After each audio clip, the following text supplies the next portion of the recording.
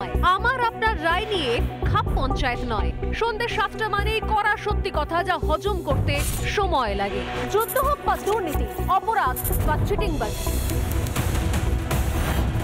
ঘুরিয়ে নাক দেখাই না আমি, যখন তখন রং বদলাই। আমি স্বর্ণালী, প্রশ্ন করি সোজাসুজি।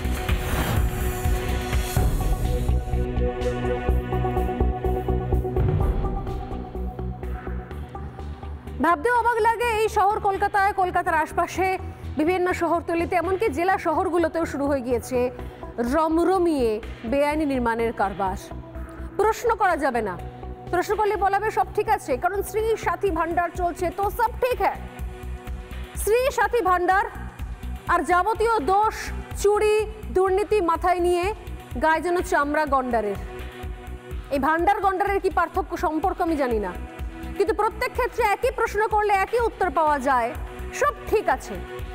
এবং যাবতীয় দায় হচ্ছে তাদের যারা পয়সার বিনিময়ে ফ্ল্যাটগুলো কিনছেন। কি অদ্ভুত বিষয়, শহর কলকাতার দক্ষিণ দিকে বাঘা যতীন, এমন নয় কি পঞ্চায়েত এলাকা, এমন নয় কি গ্রামের এলাকা, গোটা একটা এলাকা কলকাতা পুরসভার আন্ডারে। সেখানে 99 নম্বর ওয়ার্ড, সেই 99 নম্বর ওয়ার্ডে একটা ফ্ল্যাট বাড়ি, 4 তলা বহুতল, হুড়মুড়িয়ে দিনে দুপুরে ভেঙে পড়লো। কি অদ্ভুত বিষয়, ভেঙে পড়ার পর তারপরে দেখতে পাওয়া গেল এলাকার কাউন্সিলরকে সামনে বসে রয়েছেন, দীর্ঘক্ষণ ধরে বাইট দিচ্ছেন মিতালি ব্যানার্জি, এবং যাদবপুরের বিধায়ক দেবব্রত মজুমদার, তিনিও দীর্ঘ সময় সন্ধে পর্যন্ত সম্ভবত এখনো বসে রয়েছেন। কিন্তু প্রশ্ন হচ্ছে, এতদিন ধরে বাড়িটা হেলে ছিল একদিকে, কেন নজর পড়েনি? পুরসভার দায়িত্ব নয় নাকি দেখার? পুরসভার দায়িত্ব নয় এলাকায় কে কি বাড়ি করছে, কে কিভাবে ফ্ল্যাট করছে? গার্ডেনের নিচে একাধিক বাড়ি এরকম উঠেছিল, আপনাদের দেখিয়েছিলাম সেই সময়ের ছবি। আমাদের প্রতিনিধিরা গিয়ে বলছিলেন যে একটা বাড়ির জানলা নাকি প্রপারলি খোলে না, কারণ পাশের বাড়ির দেওয়ালে গিয়ে ধাক্কা খায়। এতটাই কম জায়গা, কম ডিস্টেন্সের মধ্যে একের পর এক বাড়ি গজিয়ে উঠেছে ব্যাঙের ছাতার মতো। এত এত অবৈধ নির্মাণ চারিদিকে, কেউ কিছু খবর জানে না, কেউ কিছু জানে না। যখন কিছু ভেঙে পড়ে তখন প্রশ্ন করি আমরা, আর তখন না তো ওই ভেঙে পড়া প্রপার্টি, ভেঙে পড়া বাড়ির ইতিহাস জানেন এলাকার কাউন্সিলর, না তো প্রমোটারের ভূগোল মনে পড়ে ওই এলাকার কাউন্সিলরের। যেরকম এখন বর্তমানে যে প্রমোটার, তাকে নাকি কেউ চেনে না, সুভাষ রায়, এলাকায় প্রমোটিং করেছে, একাধিক যা বাড়ি তুলেছে, সবটাই হয়তো অধিকাংশই এরকমভাবেই 2 নম্বরই বেআইনি, কোনোটাই পুরসভার কাগজপত্র ছাড়াই রমরমিয়ে গজিয়ে উঠেছে। আর এই বাড়িগুলোর একটা খাসিয়াত, একটা বিশেষত্ব হচ্ছে বাড়িগুলো কিনতে গেলে লোন করাতে হয় না, কাঁচা পয়সাতেই হয়ে যায়। তাই যে যেখানে পেরেছে কুড়িয়ে বাড়িয়ে এদিক ওদিক থেকে 10 লাখ, 20 লাখ, 15 লাখ, 12 লাখ, 18 লাখ দিয়ে বাড়ি ফ্ল্যাট বুক করে নিয়েছে। এখন দেখতে পাচ্ছে বাড়ি হেলে যাচ্ছে, হয় ডাঁয় বা বাঁয়। সেই বাড়ি হেলতে হেলতে ভেঙে পড়লো আজকে, কিনা মেরামতির চেষ্টা নাকি করা হচ্ছিল। এরকম প্রযুক্তি রয়েছে, হেলা বাড়িকে সোজা করানো যায়। সেই প্রযুক্তির নাকি আশ্রয়ও নিয়েছিলেন এই ফ্ল্যাটের আবাসনের লোকজনেরা, কিন্তু সেই প্রযুক্তি ব্যবহার করার সঙ্গে সঙ্গে বাড়ি ভেঙে পড়ে। কারণ যেটা জানা হয়নি, যে বিষয়টা বোঝানো হয়নি, প্রযুক্তি সেই সময়তেই কাজে লাগে, টেকনোলজি সেই সময়তেই কাজে লাগে যদি আগের টেকনোলজিটা ঠিক থাকে, যদি ঠিকঠাক একটা স্ট্রাকচার হয়। ঠিকঠাক স্ট্রাকচার কোনো না কোনো কারণে, ভৌগোলিক কোনো কারণে, জলস্তর নেমে যাওয়ার কোনো কারণে যদি একদিক বসে যায়, তাহলে সেই স্ট্রাকচারকে তুলে দাঁড় করানোর টেকনোলজি রয়েছে। কিন্তু যে স্ট্রাকচারটাই 2 নম্বরই, সেখানে যতই বড় টেকনোলজি আপনি প্রয়োগ করুন না কেন, যত বড়ই কোম্পানি নিয়ে এসে তার জগ দিয়ে হোক বা মগ দিয়ে হোক তুলে ধরার চেষ্টা করুক না কেন, সে বাড়ি দাঁড়াবে না, এরকম তাসের বাড়ির মতো ভেঙে পড়বে। এটা বোঝানো হয়নি, কারণ পুরসভার দায় নয়, পুরসভার নাকি খবর পায় না।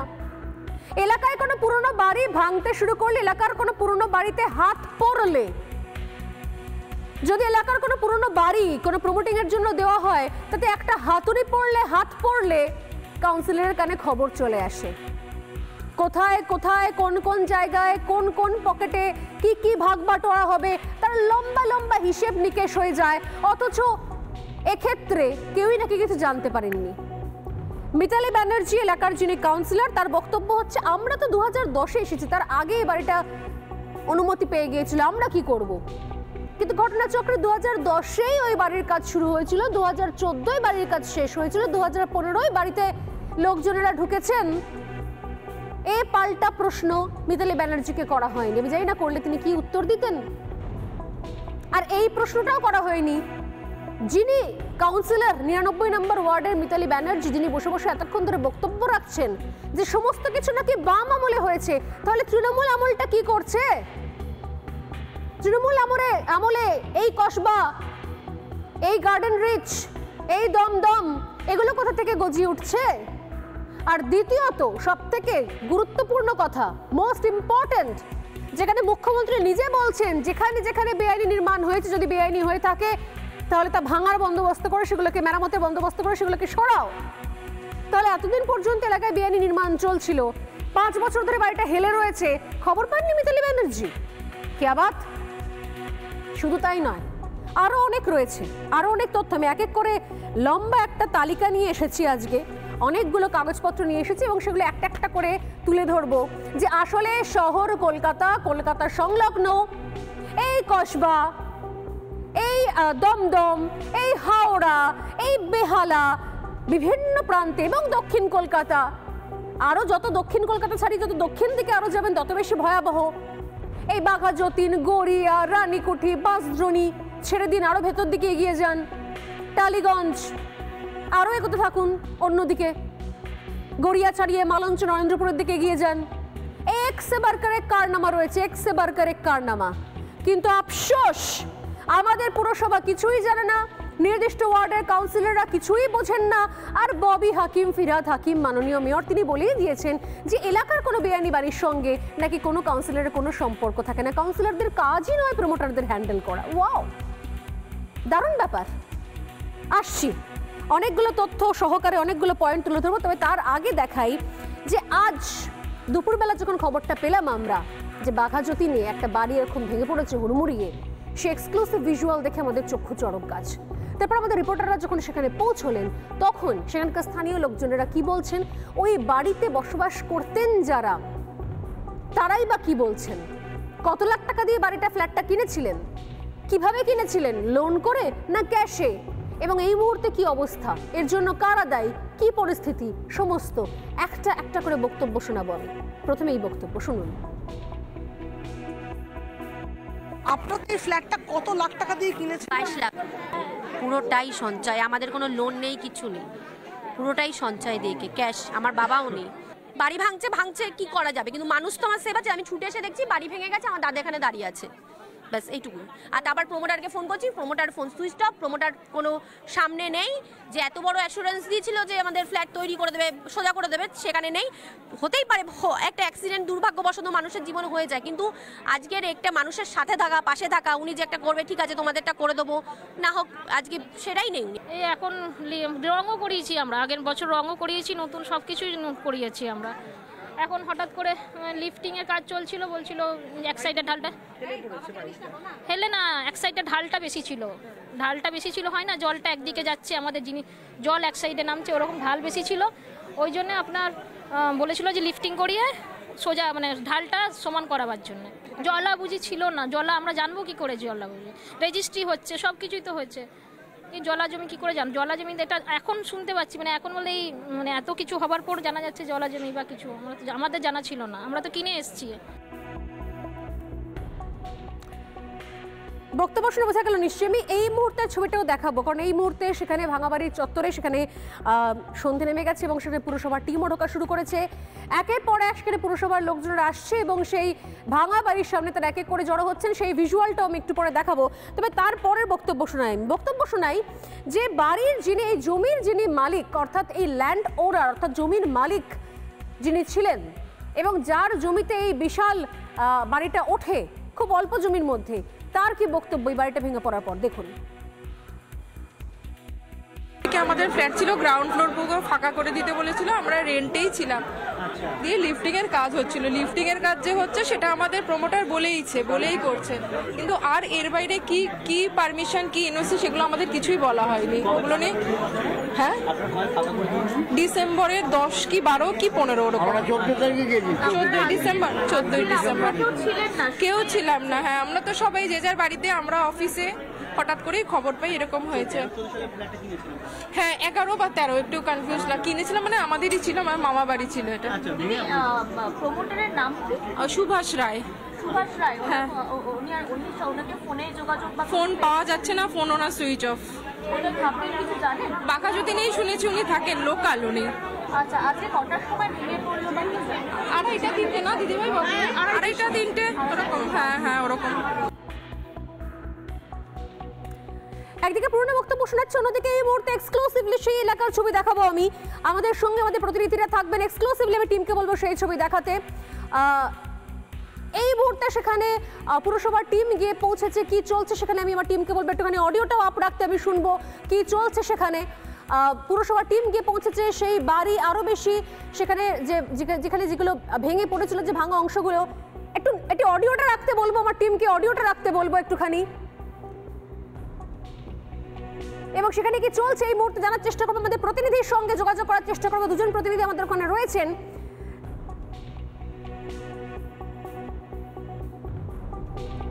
একের পর এক সেখানে ওই বাড়িতে ঢুকছেন পুরসভার কর্মীরা, সেখানে যেভাবে বাড়িটা ভেঙে পড়েছে। একদিকে এই মুহূর্তের ছবি, পাশাপাশি আমি আজকে দুপুরের ছবিটাও চালাতে বলবো, যে কিভাবে বাড়িটা ভেঙে পড়লো, সেই ভেঙে পড়ার মুহূর্তের ছবি আপনারা দেখুন। এটা বাঘাযতীনের বিদ্যাসাগর কলোনির ছবি, 99 নম্বর ওয়ার্ডের ছবি। দেখুন বাড়ি ভেঙে পড়ার ছবি। একটা সরু গলির ধারে এই বিল্ডিং উঠেছিল। কি ভয়ঙ্কর, কি ভয়ঙ্কর! কেন আজকে এই শোটা করতে হচ্ছে সোজাসুজি স্বর্ণালীতে? কারণ এই ছবি শুধুমাত্র বাঘাযতীনের নয়, শুধুমাত্র বাঘাযতীনের নয় এই ছবি। বিভিন্ন জায়গাতে বেআইনি নির্মাণ হচ্ছে। অনেকেই বেআইনি নির্মাণ থেকে ফ্ল্যাট কিনে নিচ্ছেন, কারণ লোন করাতে হবে না, তারা কাগজ দেখতে চান না, তারা পারমিশন চান না। আর এই সুযোগটাকে কাজে লাগিয়ে এলাকায় সমস্ত প্রমোটাররা, ছোট বড় মেজো সেজো মাঝারি বিভিন্ন মাপের প্রমোটাররা, তারা বিভিন্ন জায়গাতে ঘুষ দিয়ে টাকার বিনিময়ে ছোট ছোট জমি, ছোট ছোট প্লট, যেগুলো হয়তো ফ্ল্যাট করার কথাই নয়, সেই জমিগুলোতে পর্যন্ত 4তলা 5তলা বাড়ি দাঁড় করিয়ে দিচ্ছে। আপনি চলে যান কেষ্টপুর, চলে যান নাগেরবাজার, চলে যান দমদম, চলে যান হাওড়া, একের পর এক জায়গায় একই ছবি। যখন ভেঙে পড়ে তখন এদের হুঁশ নড়ে, যখন ভেঙে পড়ে তখন হুঁশ ফেরে, এবং তখন আমরা এলাকার কাউন্সিলরকে দেখতে পাই, তখন আমরা এলাকার বিধায়কদের দেখতে পাই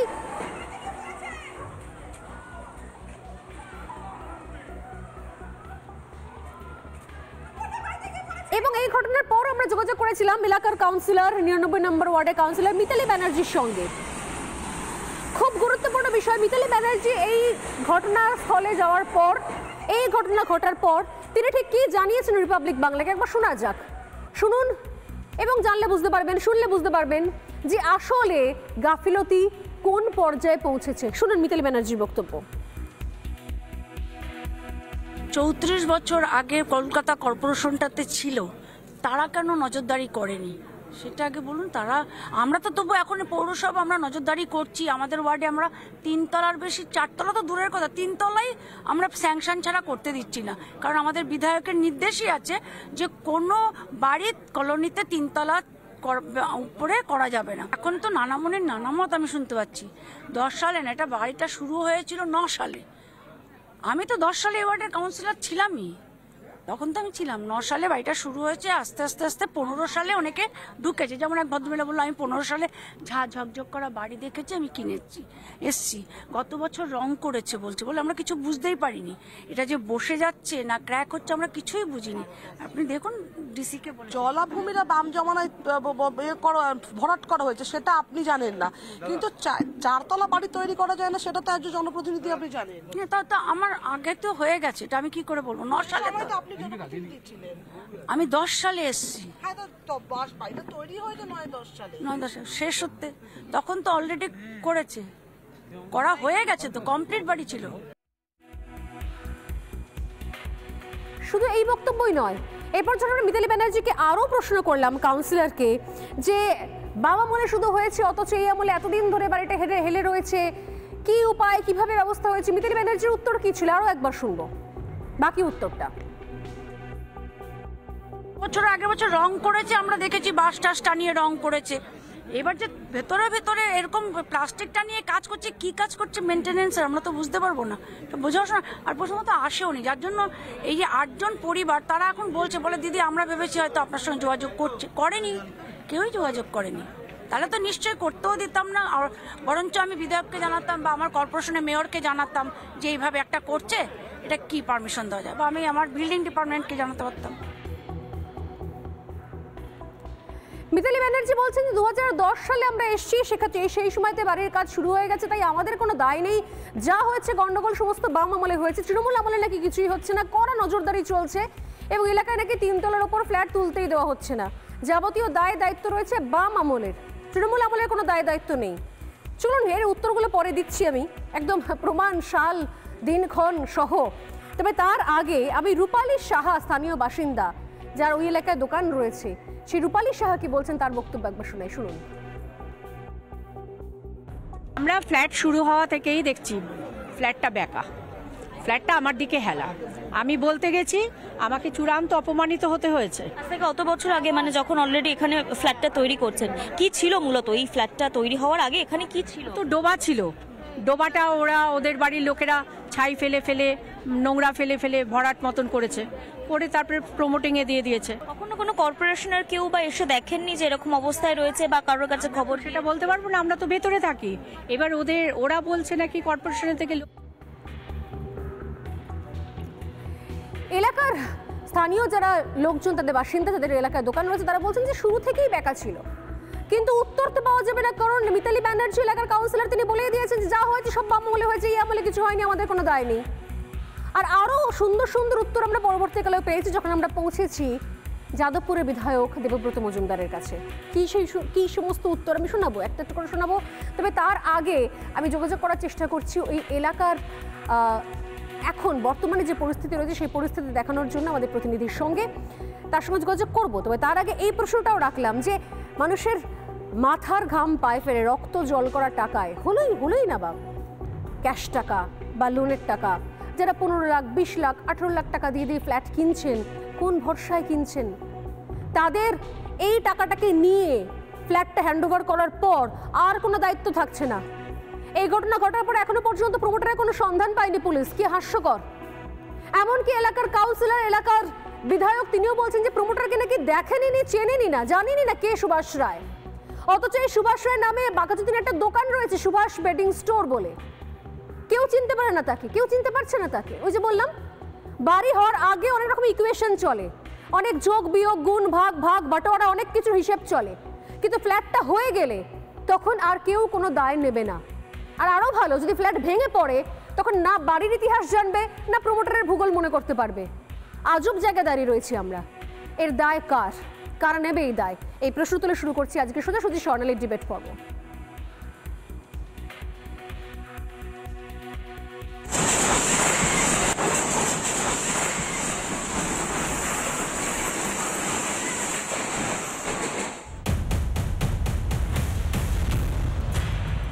পুরোটাই সঞ্চয় দিয়ে ক্যাশ, আমার বাবাও নেই।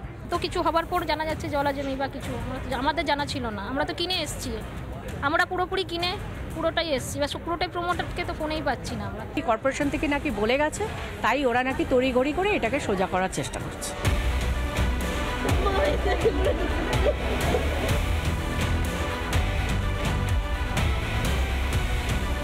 ভেতরে ভেতরে এরকম প্লাস্টিকটা নিয়ে কাজ করছে, কি কাজ করছে মেনটেনেন্সের আমরা তো বুঝতে পারবো না, কেউই যোগাযোগ করেনি। বিল্ডিং রুমেও কলোনির ক্ষেত্রে আমরা রিল্যাক্সেশন দিচ্ছি।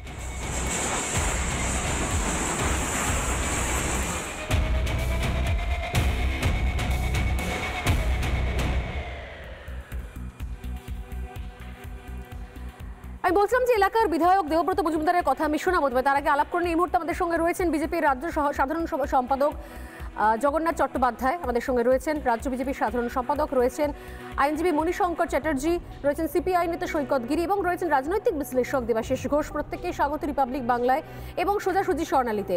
আমি কিছুক্ষণ আগে মিতালি ব্যানার্জির বক্তব্য শোনাচ্ছিলাম যে যা হয়েছে দুর্নীতি বাম আমলে, ঘটনাচক্রে এখানে সৈকত গিরি রয়েছেন, সৈকতের কাছে প্রশ্নের উত্তর নেব। তবে তার আগে যার উত্তর না নিয়ে আমি ডিবেটটা শুরুই করতে পারবো না, তিনি হচ্ছেন দেবব্রত মজুমদার। দীর্ঘদিন এলাকার কাউন্সিলর ছিলেন, বর্তমানে মেয়র পারিষদ, তার সঙ্গে যাদবপুরের বিধায়কও বটে। দেবব্রত মজুমদার তিনি কি উত্তর দিয়েছেন যখন এই ঘটনা নিয়ে আমরা তাকে প্রশ্ন করেছি, আমাদের রিপোর্টার যখন তার কাছে গিয়ে পৌঁছেছেন, তিনি ঘটনাচক্রে ওখানে ছিলেন, সম্ভবত এখনও আছেন।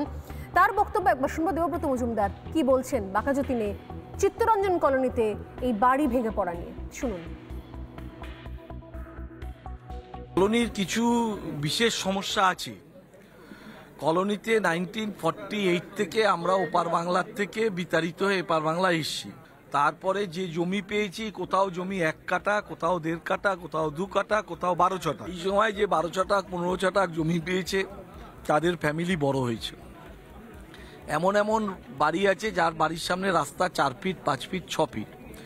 তো তাদের বিল্ডিং স্যাংশন দেওয়া সম্ভব নয়। এটা কোনো একজন কাউন্সিলর, কোনো একটা পৌর বোর্ডের বিষয় নয়, এটা দীর্ঘদিন ধরে হয়ে যাচ্ছে। তো আমরা এই পৌর বোর্ডে চেষ্টা করছি যে কলোনির মানুষকে বলার জন্য যে তোমরা জানো যে আমরা বিল্ডিং রুমেও কলোনির ক্ষেত্রে আমরা রিল্যাক্সেশন দিচ্ছি মানুষকে। আমরা বলছি যে ভাই স্যাংশন করে বাড়ি কর, সময় আমরা স্যাংশন করে বাড়ি করা চাই। তো এই রকম নেই যে তৃণমূলের জামানায় খালি বেআইনি বাড়ি হয়েছে, এর আগে বেআইনি বাড়ি হয়নি।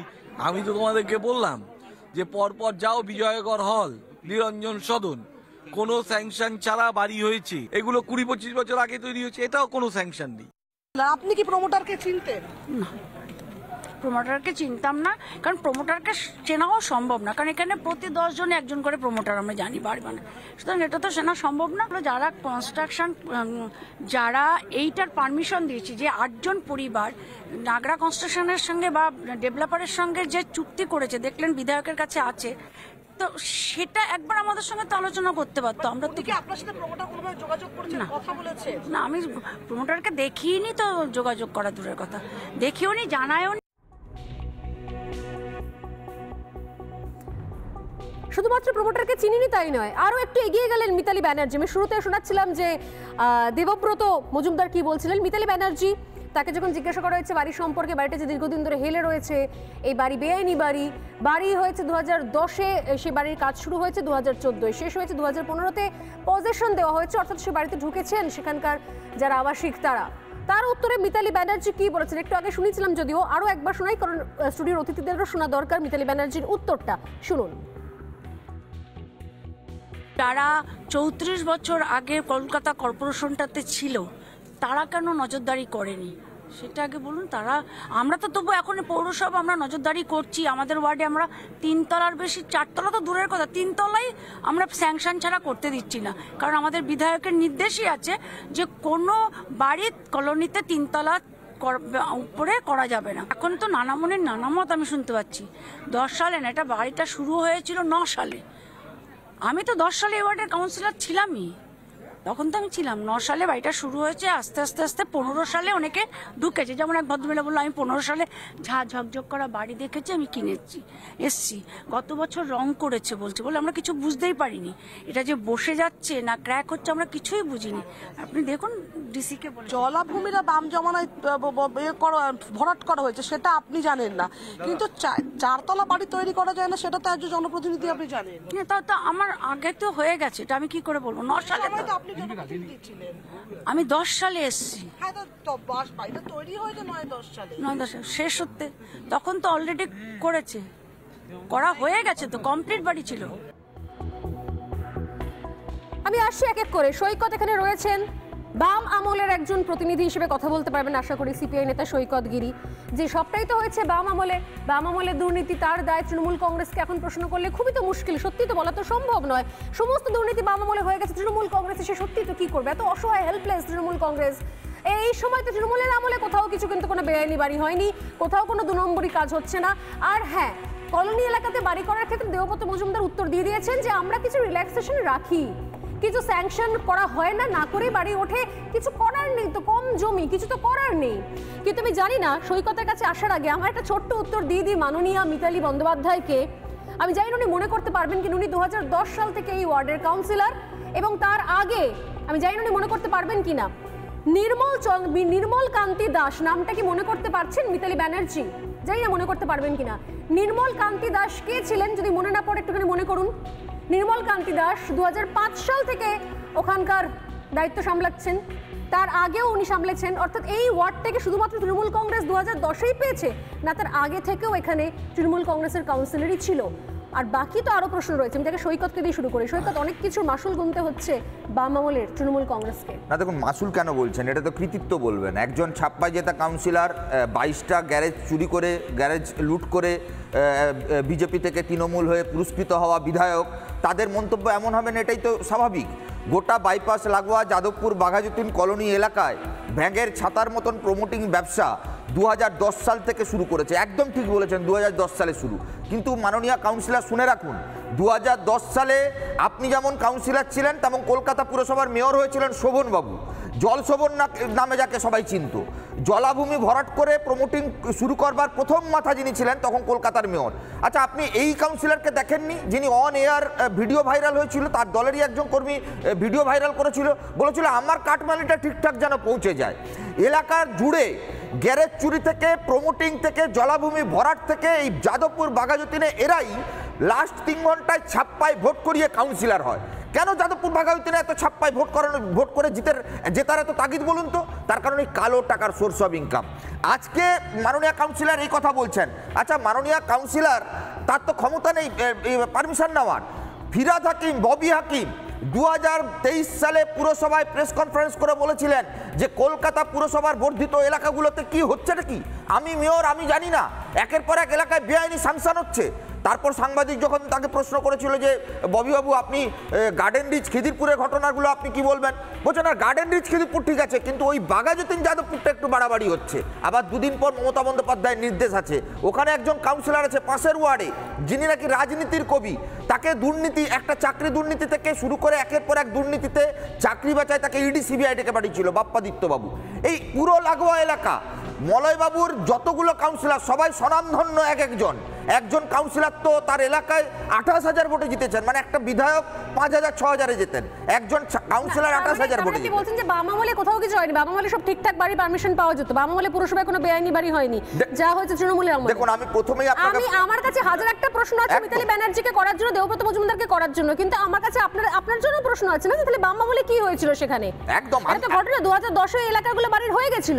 একদম দেখুন, আমি বাম আমলে 34 বছর আমরা কোনো জলাজমি ভরাট হয়নি, বাম আমলে সব তৃণমূল আমলে হচ্ছে। আমি আপনাকে বলি 34 বছর আমরা সবটা ঠিক করতে পেরেছি এমনটা নয়, আমাদের ভুল ত্রুটি ছিল, নিশ্চিতভাবে ছিল, কিন্তু সেই ভুল ত্রুটিগুলোকে শুধরে নিয়ে আমরা নতুনভাবে মানুষের কাছে হাজির হয়েছি। কিন্তু তৃণমূল কংগ্রেস যারা আমাদের দুর্নীতির বিরুদ্ধে আঙুল তুলেছিল বা ভুল ত্রুটির বিরুদ্ধে আঙুল তুলেছিল, আপনি 11 সালের আগে আমি কলকাতা মিউনিসিপ্যাল কর্পোরেশনের ম্যাপে যাবেন, ওই যাদবপুর এইচডি থেকে শুরু করে গড়িয়া অবধি, ওই বর্ধিত এন্টার এলাকা, এদিকে বেহালার 122 123 অবধি, আপনি পুরো এলাকায় কলকাতা পুরসভার যদি আপনি ছবি দেখান, ম্যাপ দেখেন, তাহলে দেখবেন 2010-11 আগে, মানে বিকাশবাবু 2010 অবধি মেয়র ছিলেন, তৎকালীন কলকাতা পুরসভা এলাকায় কতটা জলাভূমি ছিল, কতটা পার্ক ছিল, কতটা খেলার মাঠ ছিল।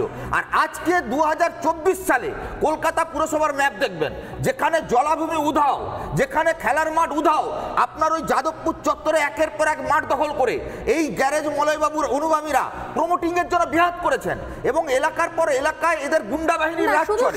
এদের ভয়ে কেউ কথা বলতে পারে না। আমরা তো নিজেরাই দেখিয়েছিলাম 2011 আর 2024-এ কসবার গুলশান কলোনির ছবিটা, সেটা তো এখনো পর্যন্ত জলজ্যান্ত রয়েছে যে লাস্ট 10 বছরে কি চলেছে। আমি একটু জগন্নাথবাবুর কাছে আসি। জগন্নাথবাবু, একের পর এক ঘটনাগুলো ঘটে, আমি বলছিলাম শুরুতে, ঘটনাগুলো ঘটার পর ববি হাকিম, ফিরহাদ হাকিম বলেছিলেন যে কাউন্সিলরদের সঙ্গে নাকি এলাকার প্রমোটারের কোনো সম্পর্ক থাকে না, কাউন্সিলরদের কোনো দরকার থাকে না এলাকার প্রমোটারদের চেনার। আমি জানি এই মুহূর্তে যারা আমার শোটা দেখছেন তারা নিজেরা বাড়িতে বসে মুচকি মুচকি হাসছেন যে কাউন্সিলরের সঙ্গে এলাকার প্রমোটারের সম্পর্ক থাকে না থাকে না। এলাকার একটা বাড়িতে একটা হাতুড়ি পড়লে সেখানে কাউন্সিলরের সাঙ্গপাঙ্গরা ছুটে আসেন, ভাগ বাটোয়ারা হিসেব নিকেশ হয়ে যায় কোথায় কোন পার্সেন্টেজ যাবে, অথচ নাকি ফিরহাদ হাকিম বলছেন যে এর জন্য কাউন্সিলরের দায় নাকি রয়েছে পুরসভার ইঞ্জিনিয়ারদের। এটা হয়ে গেছে, গার্ডেন রিচের ছবি আমরা দেখে নিয়েছি, বিভিন্ন সময়তে বিভিন্ন বক্তব্য, এখনো একের পর এক ঘটনা ঘটে যাচ্ছে।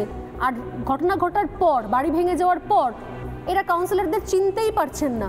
স্ট্রেট বলছেন যে কাউন্সিলরকে চিনি না, তার বিরুদ্ধে অভিযোগ করা হয়েছে, সে নেই, উধাও, বেপাত্তা। এত সহজ কাউন্সিলরকে ভুলে যাওয়া, এলাকার কাউন্সিলরকে ভুলে যায়, কোন মানে এলাকার প্রমোটারকে ভুলে যায় এলাকার কাউন্সিলর। এটা কি আদৌ সম্ভব বলে মনে হচ্ছে? কি বলবেন জগন্নাথ বাবু? জগন্নাথ বাবু আপনি কি বলছেন? দেখুন, এটা বাঘাযতীনের যে ভেঙে পড়া বাড়ি, এ রোগ না, রোগের উপসর্গ মাত্র। আসলে যেটা হচ্ছে, যেটা complete collapse of the governance হলে পরে এ ধরনের ঘটনা একভাবে ঘটে। আমরা তুলনামূলক আলোচনা করছিলাম, বাম আমলে কুণ্ডলিয়াদের শিবালিক টাওয়ার ভেঙে পড়েছিল, বিকাশবাবুর আমলেও নয়াবাদে এরকম একটি বাড়ি ভেঙে পড়েছিল। আর এখানে এই কলোনি এলাকাগুলোতে যে পরিমাণে ডোবা বুঝিয়ে এভাবে বেআইনি বাড়ি তৈরি হয়েছে, বা আপনি গুলশান কলোনির কথা বলুন, সবচেয়ে বড় উদাহরণ হচ্ছে ওখানকার যে বড় অফিসটি মিউনিসিপ্যালিটি, সেটাই ডোবা বুঝিয়ে তৈরি হয়েছে এবং সেটাই নাকি ভেঙে ফেলতে হচ্ছে। তো কে দেখবে তো পুরো প্রশাসক, যিনি কলকাতার মেয়র। কিন্তু মেয়রের মুখে যদি আমরা দেখি তার নিজের কেন্দ্রকে মিনি পাকিস্তান করা, হিন্দুদের দাওয়াতে ইসলাম দেওয়া, বা সংখ্যালঘু থেকে সংখ্যাগুরুতে পরিণত করাটাই হচ্ছে তার চিন্তাভাবনা জুড়ে রয়েছে। পুরো প্রশাসন নেই, বাড়ির বিল্ডিং প্ল্যান ঠিকমতো হচ্ছে কিনা, ঠিকমতো বাড়ি তৈরি হচ্ছে কিনা দেখা যখন মেয়রের থাকে না, তখন এই কলকাতা শহরে বাড়ি ভাঙবেই। এবং কলকাতা শহরে যে ধরনের বাড়ি ভাঙছে তাতে ওই কাউন্সিলরের তোলাবাজির কাটমানের হিসেব যেমন আপনি পেয়েছেন, একইভাবে অভিষেক বন্দ্যোপাধ্যায়ের অফিস থেকে এই মেয়রের অফিসেরই এক ওএসডির বিরুদ্ধে এইসব সংক্রান্ত অভিযোগ নিয়েই তো থানাতে এফআইআর করা হয়েছিল। তাই শুধুমাত্র এই বাড়ি ভাঙাকে দেখলেই পশ্চিমবঙ্গ নামক যে রাজ্যটা, সেই রাজ্যটার সব কিছুকে দেখানো প্রমাণ হচ্ছে না। এটা বলছে যে এখানে বাড়ি ভাঙছে, মালদায় শুট আউট হচ্ছে, গুলি চলছে, একই সঙ্গে এবিটি আনসারুল বাংলার জঙ্গি ধরা পড়ছে, একই সঙ্গে সরকারি কর্মীরা ডিএ পাচ্ছে না, ফিনান্সিয়াল স্যাম্বল চলছে, ট্যাব কেলেঙ্কারি হচ্ছে, শিক্ষকরা চাকরি পাচ্ছে না, এবং সর্বশেষ যে বাংলার বাড়ি, সেখানেও 50-60টি এফআইআর এই রাজ্য পুলিশ করেছে কাটমানি খাওয়ার। এই সামগ্রিকভাবে যে চিন্তা, সেটা হচ্ছে রাজ্যটা ভেঙে পড়ছে, এবং তার একটা উপসর্গ হলো বাঘাযতীন কলোনিতে কাটমানি না খেলে আর করবে কি করে? মানে চাকরি বাকরি তো নেই, কিছু তো একটা খেতে হবে, কাটমানি তাই খাচ্ছে। এই মুহূর্তে আমরা সরাসরি চলে যাচ্ছি, আমি আসছি, উনিশঙ্কর বলার জন্য রেডি হয়ে রয়েছেন, দেবাশিসও রেডি হয়েছেন, আমি জানি অনেক কিছু বলার আছে। শিউলি বক্সি এই মুহূর্তে আমাদের সঙ্গে রয়েছেন, ওই আবাসনের বাসিন্দা। আমি সরাসরি শিউলি বক্সির কাছে যাচ্ছি। শিউলি দেবী নমস্কার, রিপাবলিক বাংলায় স্বাগত আপনাকে। আমি জানি এই মুহূর্তে আপনি কি ওই আবাসনেরই বাসিন্দা, মানে ওই আবাসনে আপনার ফ্ল্যাট কি রয়েছে? কোন ফ্লোরে আপনার ফ্ল্যাট রয়েছে?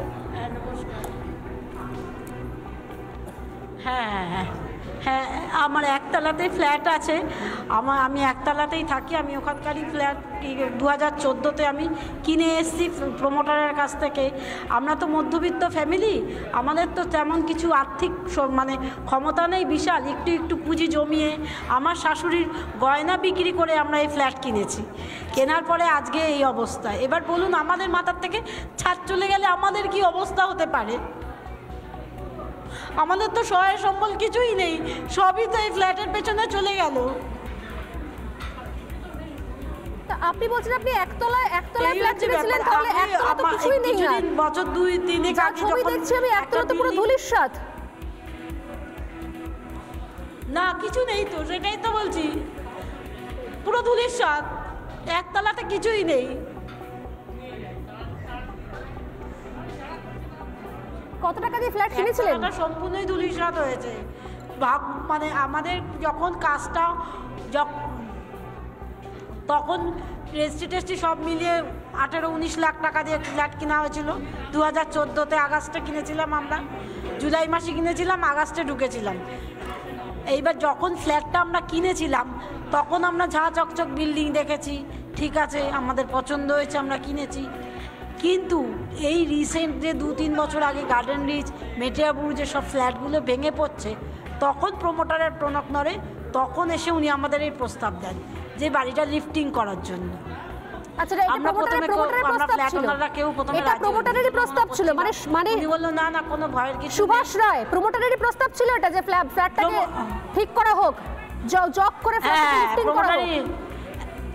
একদম হ্যাঁ, যেহেতু ওনার হ্যাঁ একদম ওনার প্রস্তাব ছিল। এই কারণে এই বিল্ডিংয়ে ওনার আন্ডারে এখনো 2টো ফ্ল্যাট আছে, ওর 2টো বিক্রি হয়নি, ওই 2টোকে উনি ভাড়া দিতেন। ঠিক আছে, যেহেতু ওনার আন্ডারে দুটো আছে, এবার ওগুলোকে তো একটা কিছু বিক্রি করতে হবে, লাভ তো নিতে হবে, সেই জন্য উনি এই প্রস্তাব দিয়েছিলেন।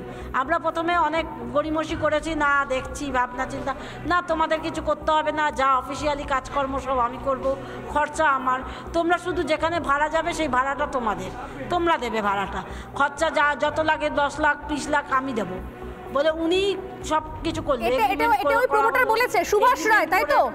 এই শিউলি দেবী, প্রমোটারের নাম সুভাষ রায়, তাই তো? সুভাষ রায় প্রমোটার বলেছেন তো, এটা বলেছিলেন তো আপনাদেরকে? একদম একদম। তো উনি তার মানে আপনাদের বাড়িতে থাকছিলেনও না, আপনারা অন্য কোনো বাড়িতে ভাড়া থাকছিলেন লাস্ট 1 বছর ধরে, 1.5 বছর ধরে? হ্যাঁ, আমরা 1-1.5 বছর ধরে না, এই যখন বাড়িটার কাজ শুরু হয়েছে ডিসেম্বরের 14 তারিখ 2024-এ আমরা বাড়ি ফাঁকা করে দিই। কারণ ওই যেই কোম্পানিকে ঠিক করেছিল ওরা বলেছিল একতলা থেকে কাজ ওটা করবে, এবার একতলাতে কেউ থাকতে পারবে না।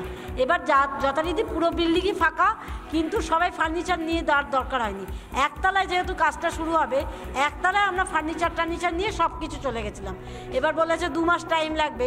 আমরা দেখছি শীতকালে আমাদের ফ্যান এসির প্রয়োজন নেই, আমাদের ঘরে শুধু 4টে ফ্যান আর এসিটা ছিল, বাকি আর কিছুই ছিল না, ফার্নিচার সবই নিয়ে গেছি। কিন্তু 2তলা 3তলা 4তলা এই যে ফ্ল্যাট ওনাররা আছে ওরা ফার্নিচার কিছুই নিয়ে যায়নি। ওদের নিত্য প্রয়োজনীয় জিনিস, যেগুলো রান্নার জিনিসপত্র, টুকটাক বাসনপত্র, এইসবই নিয়ে গেছে। ওদের ফার্নিচার, ডকুমেন্টস, আধার কার্ড, দলিল, এমনকি কিছু ওনারের গয়নাগাটিরাও রয়েছে ওই ফ্ল্যাটের মধ্যে। বলেছে লাগবে না, এখন তো এই তো জিনিস নিয়েও না, জিনিস সরিয়ে বা না জিনিস রেখে কোনো লাভ নেই। এই ফ্ল্যাটটা যেভাবে নষ্ট হয়ে গেল, আমি জানি না যে আপনাদের, আমি শুধু এটুকুই বলবো যে মনের জোর রাখুন, কারণ এই বাড়ি তো আর বেচতেও পারবেন না। এতগুলো টাকা জাস্ট জলে ফেলে দেওয়া হলো, আর কিছুই নয়। আপনারা বলছেন, অনেকেই বলছেন যে প্রমোটার নাকি ফোনও ধরছে না, প্রমোটার গায়েব হয়ে গেছে। অবশ্যই, আমি জানি না পুলিশ কখন প্রমোটারকে অ্যারেস্ট করতে পারবে। না, হ্যাঁ, প্রমোটার গায়েব হয়ে না, পুলিশ গেছিল, বাড়ির অ্যাড্রেস নিয়ে আমাদের কাছ থেকে গেছিল, প্রমোটারকে পায়নি। তাকে ফোন করা হচ্ছে, ইভেন্ট 1/2 ঘন্টা আগেও ফোন করা হলো, তার 2টো নাম্বারই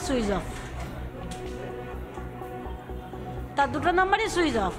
ইভেন্ট নাকতলা থানার পুলিশরা গেছিল, ওনাকে পাননি। এবার বলুন, এই পরিস্থিতিতে দাঁড়িয়ে আমরা কি করব?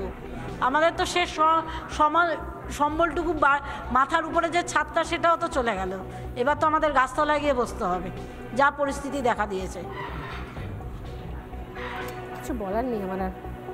মানুষ কত কষ্ট করে সর্বস্ব দিয়ে একটা ফ্ল্যাট কেনে। আমি জানি না যে ফ্ল্যাট না বেচা যাবে, এই ফ্ল্যাটে না থাকা যাবে, কোথায় যাবেন, কি করবেন, এটা কি বলবেন? আমি আসছি কথা, আমাদের মধ্যবিত্ত ফ্যামিলিতে আমরা, আর আমার হাজব্যান্ডও সেটাই তো বলছি, আমার হাজব্যান্ডও গভর্নমেন্ট চাকরি করেন না, আমার ভাসুরও গভর্নমেন্ট চাকরি করেন না। আমি এককালে চাকরি করতাম প্রাইভেটে, কিন্তু করোনা আসার পরে সেই চাকরিও আমার চলে যায়। কিন্তু এখন আমার কথা হচ্ছে যে এই যে আমাদের জমানো পুঁজি, আমার শাশুড়ির যে গয়না বিক্রি করা, এইগুলো টাকা পুঁজি দিয়ে তো আমরা একটা সম্বল করেছিলাম, তো ছাদটা তো করেছিলাম, সেটাও তো চলে গেল। এখন তো আমাদের মানে টাকা বলুন, পয়সা বলুন, ছাদ বলুন, কিছুই নেই, আমাদের সহায় সম্বলটুকুই নেই। আমরা একদম পথের ভিখিরি হয়ে গেলাম। এদের সামান্য লোভের জন্য আমরা ভুক্তভোগী, এই প্রমোটার একটু লাভের জন্য আমরা ভুক্তভোগী। এমনকি প্রমোটার যখন আমাদের এই বাড়ি লিফটিংয়ের কথা বলেছিল, তাকে এই প্রস্তাবও দিয়েছিলাম যে আপনি 4তলাটা ভেঙে দিন, 4তলাটা ভেঙে দিন। তিনি তাতেও রাজি হননি, বলছেন না কোনো 4তলা ভাঙতে হবে না। আপনি আমাদের সঙ্গে থাকুন প্লিজ, আমাদের সঙ্গে থাকুন। আমি আসছি, কি বলবেন মণিশঙ্কর দেবাশিস? আমি তো সত্যি আমার মানে কোনো ভাষা নেই যে এটার পর এখন যদি বলেন দেবব্রত মজুমদার আর মিতালি ব্যানার্জি, আমরা কাউন্সিলরকে চিনি না, কাউন্সিলরের সঙ্গে কথা হয়নি, একটা এলাকার একটা ওয়ার্ডে একজন প্রমোটার সে এসে এরকম বাইরেকার কোম্পানি নিয়ে এসে সেখানে জব করে সেই ফ্ল্যাটকে লিফট করিয়ে তোলাচ্ছে, আর সে কাউন্সিলরকে কিছু জানায়নি, এই ধরনের গল্প অন্য কোথাও দেবেন, এখানে নয়। কিছু আপনারা জানতে পারেননি, কখনো কিছু শুনতে পারেননি, এলাকা এত বড় একটা কাজ হয়ে যাচ্ছে, এখন ভেঙে পড়ার পর কেউ আর চিনতে পারছে না প্রমোটারকে, প্রমোটার বেপাত্তা, গায়েব। 24 ঘন্টার মধ্যে যদি প্রমোটার অ্যারেস্ট না হয়, তাহলে বুঝতে হবে এর পেছনে অন্য কারোরও মদত রয়েছে। আমার মনে হয় আরো গভীর তদন্ত করা উচিত সেক্ষেত্রে, প্রত্যেককে ধরে। বলুন মণিশঙ্কর। আমি বলছি যে প্রমোটারকে এখন ধরা পড়েনি, নিশ্চয়ই ধরা পড়ে যাবে, কিন্তু একজন প্রমোটার বা ডেভেলপারকে ধরলো মানেই সমস্যার সমাধান হয়ে যাবে না। এই যে কিছুক্ষণ আগে সৈকত যে বলছিল যে এন্টায়ার যাদবপুর বাঘাযতীন মিলে যত বাড়ি হয়েছে, দেখুন আমরা এখানে যেখানে বসে আছি এন্টার রাজারহাটটায় 90% দেখবেন ভেড়ি ছিল, ফলে প্রয়োজনে যখন জনসংখ্যা বেড়ে যায় প্রয়োজন হয় তখন বাড়ি করতে লাগে। তার মানে এই নয় যে জলাজমি বুঝিয়ে বাড়ি হবে। এখন ব্যাপারটা হচ্ছে যে না আমি বলছি যে কিভাবে হচ্ছে, আমি বলছি যে একটা প্ল্যান করা বাড়ি আমি বলতে ভাই সই কথা বলতে দাও, আমি বলছি একটা আমি বলছি তো এইটা ওই জন্য বললাম প্রথমেই যে এইটা সমস্যার সমাধান নয়। আমি বলছি এই জিনিসটা আগেও হয়ে আছে এখনো হয়ে আছে, পরবর্তী কেউ যে আসবে নয়। সমস্যার সমাধানটা হচ্ছে এইটাই, আজকে যেকে ধরা যাচ্ছে না তাকে কয়েক মিনিটের মধ্যে ধরা যাবে।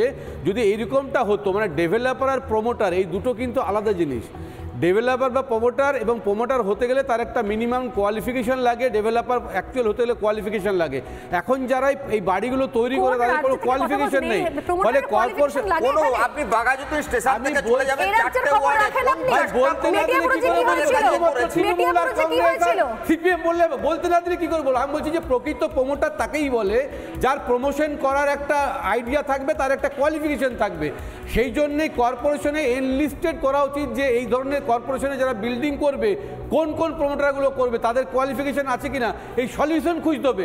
আপনি আজকে মিতালির দোষ দিলেন বা আজকে আবার যাদবপুরের সলিউশন নয়, ভিডিওতে কাটমানি খেয়েছেন খুঁজতে হবে। ওপেন ভিডিও রাজারহাটে তোলানা দেওয়া কাউন্সিলর মার খায়, ওরা যে কাউন্সিলর আমি বলছি আপনারা কাউন্সিলরকে কেন সাসপেন্ড করবেন না? নিয়মটা কেন উনি বলছেন সমস্যা সমাধান করতে গেলে নাকি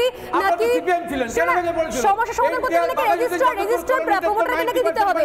এলাকায় যেভাবে মুড়ি ছত্রাকের মতো ব্যাঙের ছত্রাকের মতো যেভাবে বেআইনি বাড়ি ওঠে, রেজিস্টার প্রমোটাররা সেই সমস্ত বাড়ি বানায় নাকি? কাউন্সিলররা কি করে বলুন তো? যে দিদি বলছিলেন আমি তার উদ্দেশ্যে বলি, যদি আমার বলতে খারাপ লাগছে ব্যাপারটা বলতে, তাও বলছি আপনারা সবাই মিলে এই মুহূর্তে সকলে মিলে সব কিছু নিয়ে ববি হাকিমের বাড়ি চলে যান, সেখানে গিয়ে ঢুকে পড়ুন। কারণ আপনি জেনে রাখবেন আপনার বাড়ির থেকে যা যা গেছে, যা প্রফিট হয়েছে সব ববি হাকিম কালীঘাটে গিয়ে জমা হয়েছে, এটা নিশ্চিন্তে রাখুন। এই সরকারটা একটা আপাত মস্তক দুর্নীতি, সমস্ত জায়গায় দুর্নীতি, মানে টপ টু বটম। মানে এটা ভাবার কোনো কারণ নেই যে যিনি কালীঘাটে বসে আছেন তিনি পয়সাটা পাননি, সবাই পয়সা পেয়েছে। মানে যেটা সৈকতটা বলছিল, আমি বলছি চলে যান। কারণ আসলে আপনি যেটা বলছিলেন না, উপর থেকে ঝাঁ চকচকে দেখায়, এই সরকারটাকে উপর থেকে ঝাঁ চকচকে দেখায়, আর ভিতরে ভিতরে আপনাদের মতো মানুষদের ছাদ, খাবার, রুজিরুটি, মানুষের জীবন এরা কেড়ে নিতে বসেছে এবং লুটে পুটে খাচ্ছে। আজকে এটা মণিশঙ্করবাবু কথা বলছিলেন, এলবিএস বলে একটা জিনিস আছে, লাইসেন্স বিল্ডিং সার্ভেস। এই যে এই বিল্ডিংগুলো হয় তার জন্য কর্পোরেশন থেকে এলবিএস এর পারমিশন লাগে, নিয়েছেন পারমিশন, আছে সেই পারমিশন। আজকে এনারা বড় বড় কথা বলছেন, এইসব তৃণমূলের কাউন্সিলররা তাদের যে আমচা চামচারা ঘুরে বেড়ায়, শেষ করুন, আমচা চামচারা ঘুরে বেড়ায়, তারা ক্লাস 8 পাস, তারা কিছু না রাখে ইঞ্জিনিয়ার, না কোনো স্ট্রাকচারাল ইঞ্জিনিয়ার, না কোনো কথা অন্য কেউ, তারা নিজেরা একটা বিল্ডিং তুলে দিচ্ছেন। আজকে এই জমিটার আদৌ কতটা শক্তি আছে ধরে রাখার, বা কিভাবে এটা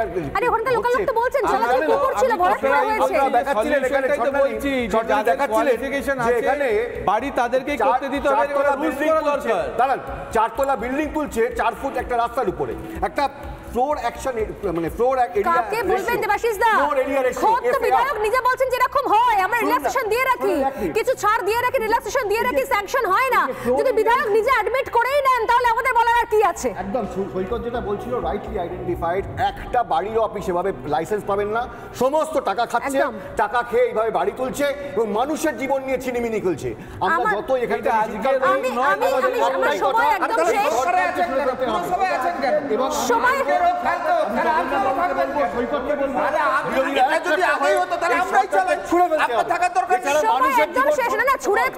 সরকারকে কে ফেলবে, কোথা থেকে হবে ছোড়া, কোথা থেকে থ্রো হবে, কোথা থেকে ড্রপ করবে আমি জানি না, কিন্তু ঘটনা হচ্ছে এই সরকার যতদিন থাকবে যেতে যেতে দেখা যাবে যে যাওয়ার পর হয়তো পরের 1 বছরের মধ্যে সমস্ত বাড়ি এরকম করে ভাঙতে ভাঙতে ধুলিস্যাৎ হয়ে যাচ্ছে। অনেক লেট অলরেডি হয়ে গেছে। এরপরে যদি এখনো পর্যন্ত কাউন্সিলররা ব্যবস্থা না নেন, তারা আইডেন্টিফাই না করেন, তাহলে আমি বলবো প্রত্যেকটা কাউন্সিলরকে তদন্তের আওতায় আনা হোক, দরকার হলে তাদের জন্য সিবিআই তদন্ত করা হোক, তবে যদি মাটি খুঁড়ে আসল সত্য বার করা সম্ভব হয়। সময় একদম শেষ, একটা বিরতি নিয়ে ফিরে আসছি, সঙ্গে থাকুন।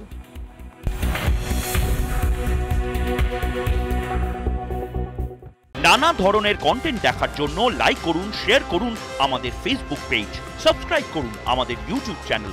পাশাপাশি অন্যান্য ব্রেকিং নিউজের জন্য অবশ্যই চোখ রাখুন রিপাবলিক বাংলায়।